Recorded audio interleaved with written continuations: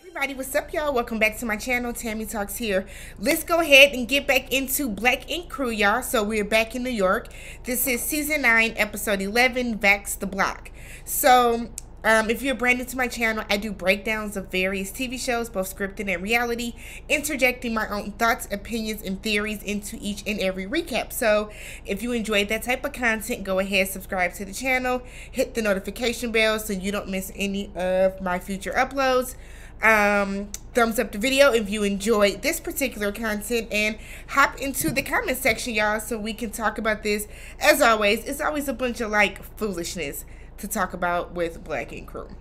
So the episode picks up 30 days from where we last saw them. So they're back in New York after having spent last season down in Atlanta, so everybody could work and film and do all that kind of stuff, because New York was very, very strict about their COVID restrictions and regulations and all of that type of stuff. So they're at a Vax the Block event where they are giving out, I believe, free tattoos if people register and sign up to go and get the vaccine. So Caesar is mad that he still has this open CPS case in New York. Remember, Caesar had that whole hoopla where he allegedly like put his daughter out of the shower and whooped her because she like didn't do the dishes or something along those lines. The case was dropped in Atlanta, but in New York, where I think people said that the child abuse laws are a lot stricter, he still has this open case. So because of the open case, he's not allowed to talk to his daughter. And I still just think it was absolutely grade A trash that Caesar put this new girlfriend of his over his relationship with his daughter. We heard how that woman was talking to Cheyenne on Instagram. We have seen the way that woman has talked about Cheyenne. So for you to feel that you're going to put this new relationship over your daughter, like, it just kind of shows what a bum-ass father that Caesar really is. What a bum-ass person that Caesar truly is deep down. So Crystal and Rock are back on good terms. You know, they was down there beefing because Crystal felt that Rock wasn't being aggressive enough. He wasn't coming and being horrid enough for her. And it's like, girl, you childish. Why you want this man to fight? That's clearly just not in his nature. But Crystal was upset that she got into it with Spider and Rock didn't like try to rush Spider. So Caesar announces that Tati's going to be the new manager at 125th because Walter is still fired. Because remember, Walter stole... It's not funny, but remember, Walter stole out the register and then told them that he was just going to put it back, but then said that he didn't break into the building or leave the door open. Walter, you stole, point blank, sweetheart. It don't matter if you were the one breaking in or taking money out the register. You stole from somebody that was supposed to be your friend. So Walter was still fired. So Alex walks up and it's awkward. Everybody is looking like, because no one has seen Alex since the last night in Atlanta, where he showed up and had the scratches and stuff on his face, and he said that Donna hit him. So everybody is like, we knew Donna big ass was hitting on him, but Alex is now saying that he really just cut his face while he was shaving, and he was mad at Donna, so he lied and said it was Donna hitting on him. Alex, baby, one, we don't lie about domestic violence. And two, nobody believes you. Donna's been hitting on you. The way that Donna talks to you, the way that she emasculates you, Donna was hitting on him, right? Allegedly. Let's put that in there, allegedly. So in his confessional, he said that he lied. And so the producer was like, so don't you think it's going to look away that people, you know, are going to feel like you're lying now just to kind of save your relationship? And he's like, yeah, but he doesn't care what people think because he know about, you know, what him and Big Mama got. And I'm like, why are you still calling her Big Mama? Donna, why are you making him call you Big Mama? Because he's not doing this just out of the goodness and love that he has for you in his heart. But okay. So Alex said he can understand how people would say it looks away, but he's not lying. So Caesar tells them that, you know, Donna is so absolutely toxic. We don't want her around at this point. She can't come to no Black Ink events. She can't come to Black Ink because she's been, after the Asian comments, which affected Bae and in her ignorant response to it. Her being in the comments, like liking different comments under like the shade room and stuff like that, with people talking negatively about Caesar, and then just all the other bullshit she's been doing. Alex is on some everybody makes mistakes. Yeah, everybody does make some mistakes. Absolutely. But most people are apologetic, and Donna is not. Donna is doubling and tripling down on the bullshit that she does, on top of the fact that she refuses to get a bottom tooth. She don't want no bottom teeth. Donna now in real time is in today, February 21st. She does have a tooth, but it's like, Donna, you should have been got this tooth. You buying all these different color wigs and shit, you should have been got a tooth because you're too grown to walk around being snaggletooth. So Alex kind of feels a way about that. He said that Donna doesn't do anything to like really hurt anybody. She has a big heart, and they're like, that's fine and dandy, but no, she can't come back. Alex FaceTimes Donna, and Donna tells her she can't come back around. She starts crying, and I'm like, what are you crying for? And it's because she really does not think she has done anything. She feels that she didn't offend anybody, and she feels that she's been abandoned by the shop. They're not the family that they proclaim to be. Oh, they're a family, but the family is Caesar, Ted, and Puma. The rest of y'all are not included in that family. Caesar, Ted, and Puma are the only people that matter to each other. And if we're being real, Caesar is his own family, and he doesn't give a damn about anybody else on the show. So she starts crying and says she's going to, she's not even worried about that and just forget about it. Yes, girl, you don't have to forget about it. They forgot about you already. So don't even worry about it. So then we have Tati. Tati is upset that two of her cousins have moved out before she even got back from Atlanta. She wanted to have this big brothel of a house where everyone was just coming and going. And it's like, girl, no. I don't know why she wanted everyone to live together. Like, a lot of them are adults. You know what I mean? It's not like she's helping raise some teenagers. These are adults. So why are you mad that they don't want to live in your house when you decided that you wanted to go film this TV show and you were gone for months? They moved in to be with you, and then you upped and left and went down to Atlanta. That's probably why they left. So Tati's in her confessional talking about how she's been going through so much real shit. And what we don't know is that she had a situation when she came home to check on the house before. And this is where things for me aren't making sense. Remember during last season, Tati left, came home to check on her house, right? We see this unseen footage where her cousin is talking to Tati's father, saying that they woke up from a loud noise. By the time they got downstairs, Tati was in handcuffs already from the police swarming the house. The male cousin said that there was a police officer with the gun pointing at him, telling him to, raise his hands and all this other stuff. Tati said that her charges are public knowledge, but she doesn't want to talk about them on the show because she doesn't want them to come back on her and people to judge her. So then we see this press conference. Tatiana is a part of a drug trafficking ring involving cocaine and heroin.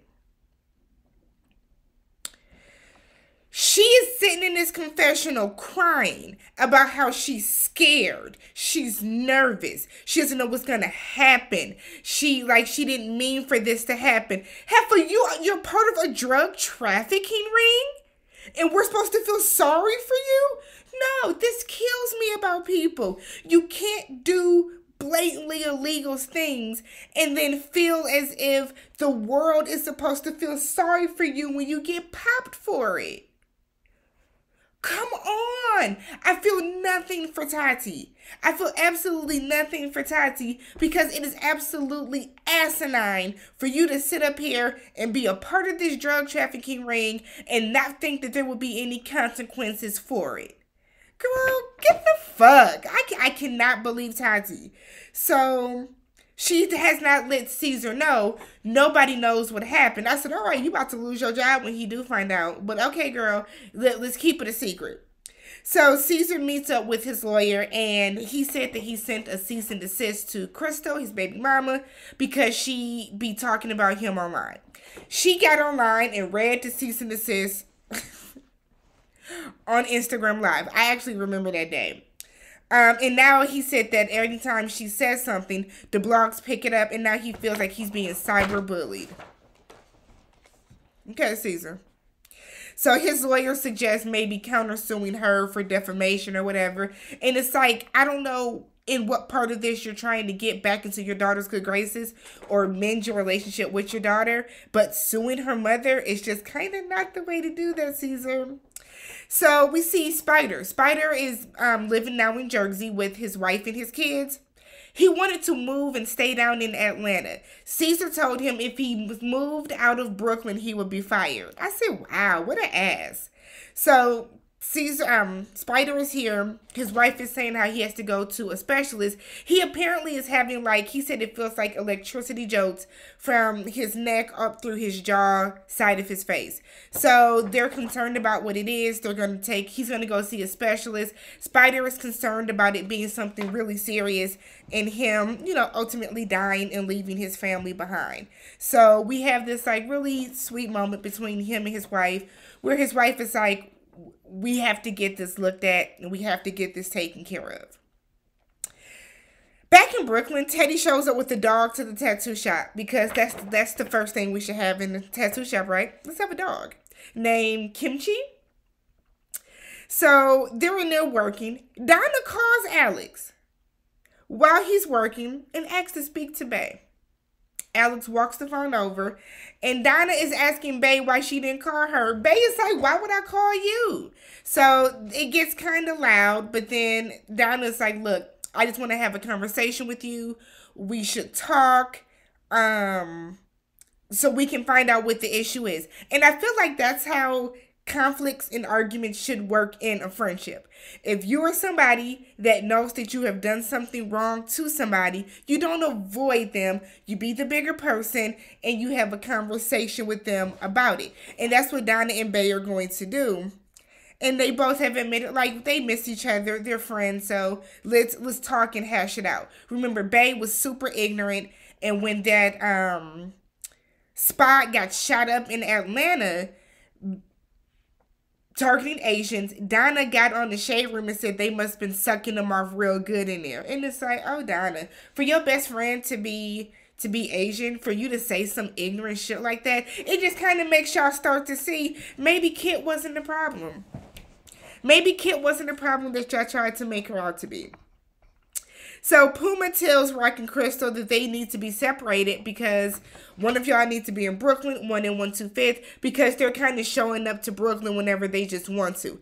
They like working in 125th better because they said that it feels more like working at 113th. Spider said that some of their clients are showing up and he's been having to cover for them. And they're like, no, that's not the case. Crystal said, keep it a buck. One client showed up here, but that was just a misunderstanding. Her clients have been booking at 125th. Rock has said the same thing. All of a sudden, things get escalated and they start fighting. And I don't know how it got to that point, but we know that Spider is full of emotions because of everything that he's going through with his health. And Rock is just trying to show Crystal that, yeah, I can fight for you. So Caesar walks up as they're outside and they're like getting loud and yelling. And he's like, let's take it inside. We can't be behaving here in Brooklyn and then 125th the way that we used to do on 113th. So they get inside and Caesar is trying to figure out what happened.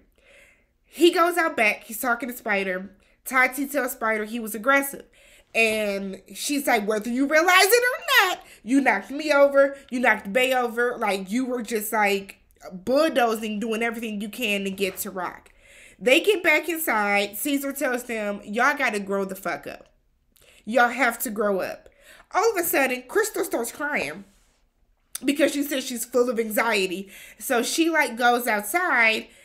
And then Rock and Spider get into it again. And they start fighting. And Caesar is like, I've known him for such a long time. Something is obviously wrong. And I'm glad that Caesar pointed that out. Because when you have somebody that is not typically aggressive. Or does not typically behave in like an aggressive way or manner. And they do some stuff out of character. I feel like so many times people, ignore what's really going on with them. People ignore what's really going on with them and just kind of focus on their actions in that moment and that what could be some of the backstory.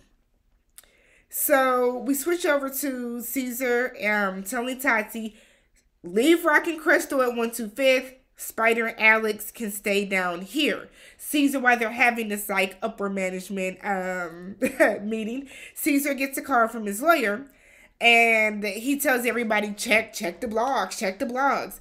And he is apparently suing Crystal. And they ask him, what is this going to do for Cheyenne? Caesar's response is, she'll understand later. And that's why, like, we have all been saying for years that Caesar is such a narcissist. He is so full of himself. So instead of you trying to work this out quietly and privately with your baby mama and with your daughter, you think suing her and then saying that your daughter will just understand when she's older why her father is such an ass? Come on, Caesar. And I'm glad that we see on the preview, Teddy kind of tells him, I can't rock with you in the way that you're moving right now. You don't do this to family. You are damaging your relationship with your daughter, all because of your stupid ass pride. Caesar is going to regret this when he's old and 75 years old or 80 years old and he has no one to help take care of him because you have pushed your only child away. It's just silly. So we see Bae is working at, Bae has her own tattoo shop. And Bae's working at her shop. She's tattooing. She has a client. And then Donna shows up. Donna comes in and off rip tells Bae that her and everybody else is wrong. And I said, Donna, go on with this bullshit. Go on with this, Donna. Go on with it. So Bae tells Donna that, you say a lot of stupid shit. Donna is offended by it, and Bae is like, no, let me talk and let me explain. You hurt my feelings. The stuff that you said was hurtful to me. We're supposed to be better than that. How do you think I feel when something like this is going on that's affecting me as an Asian person? And here you are saying stupid stuff like that for the world to see. It shows a lack of respect, to be honest. And Donna said that she apologizes. She loves Bae. She never meant to hurt her. It was just kind of like a joke or whatever, but she never meant to hurt her. She loves her. Bae forgives her. And then Donna said that she needs to do what's best for her, and that is to focus on her personal businesses and not on Black ink. And I said, oh, this is cute, Donna, that you want to make it seem like you're voluntarily quitting the shop. They have been trying to get you out of the shop for like the past 6 seasons. It has been at least 6 seasons that they have been actively trying to get you out of this shop. But if you want to sit up here and pretend as if you are quitting under your own power, and not the fact that Caesar blatantly just said you cannot come back to the shop, like you have reached your final straw, all well and good. We see a package of Donna leaving, so I'm wondering if Donna is now off the show. Fingers crossed. Fingers crossed. But if you have not already, be sure to subscribe to the channel so you don't miss any of my other recaps from the remainder of the season. Hop into the comment section. Let me know what you guys thought about this opening episode, and we'll catch you guys in the next one. Peace.